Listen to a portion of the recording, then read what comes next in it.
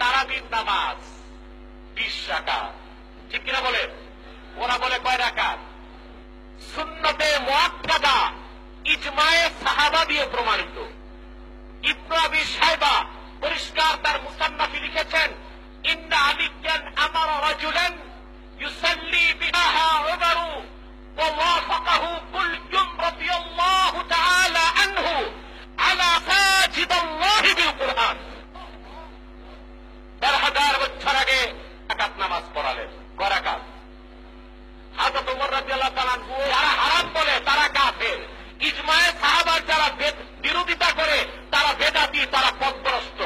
1000 বছর আগে হযরত আলী, হযরত ওমর মসজিদ নববীতে 20 রাকাত তারাবি চালু করেছেন। 1000 বছর পার হয়ে গেছে, আজ পর্যন্ত মসজিদ নববীতে প্রত্যেক দিন 20 রাকাত তারাবি হয়। বাইতুল্লাহ শরীফও 20 রাকাত তারাবি হয়। আর 8 রাকাত তাহাজ্জুদ নামাজ, সেটা কিয়ামুল লাইল, সেটা মসজিদ নববীতেও আলাদা হয়, বাইতুল্লাহতেও আলাদা হয় 20 রমজানের পর রাত 1টার পর থেকে। তাহলে 20 রাকাত তারাবি জামাতের সাথে পড়া, এটা ইজমায়ে সাহাবা।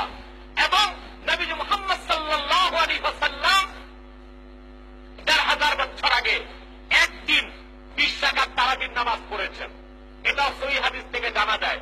পরবর্তীতে রাসূল করিম সাল্লাল্লাহু আলাইহি ওয়াসাল্লাম আর দ্বিতীয় দিন 20 রাকাত তারাবি পড়েন নাই সবাইকে নিয়ে। এই জন্য আল্লাহ যদি ফরজ করে দেন উম্মতের জন্য কঠিন হবে, এই জন্য রাসূল করিম সাল্লাল্লাহু আলাইহি ওয়াসাল্লাম একদিন পড়েছেন সবাইকে নিয়ে, আর পড়েন নাই। হযরত ওমর এটা জানতেন, হযরত আলী এটা জানতেন যে আল্লাহ রাসূল 20 রাকাত তারাবি চেয়েছেন।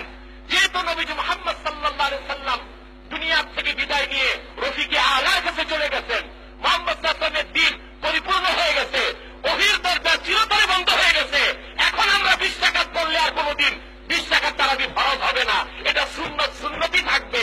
সেই থেকে 20 রাকাত তারাবি সুন্নতে মুআক্কাদা মসজিদ নববীতে হযরত ওমর চালু করেছেন, হযরত আলী চালু করেছেন।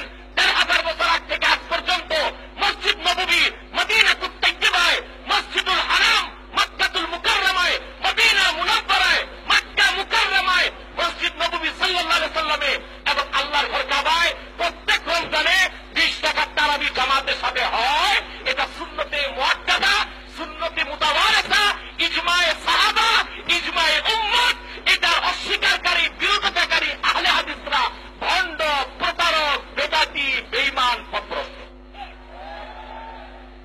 মনে থাকবে? বিষয়গুলি স্পষ্ট হচ্ছে? কথা বলে না। এবার আসেন, বলে কোরআন হাদিসটা আমরাও পড়ি,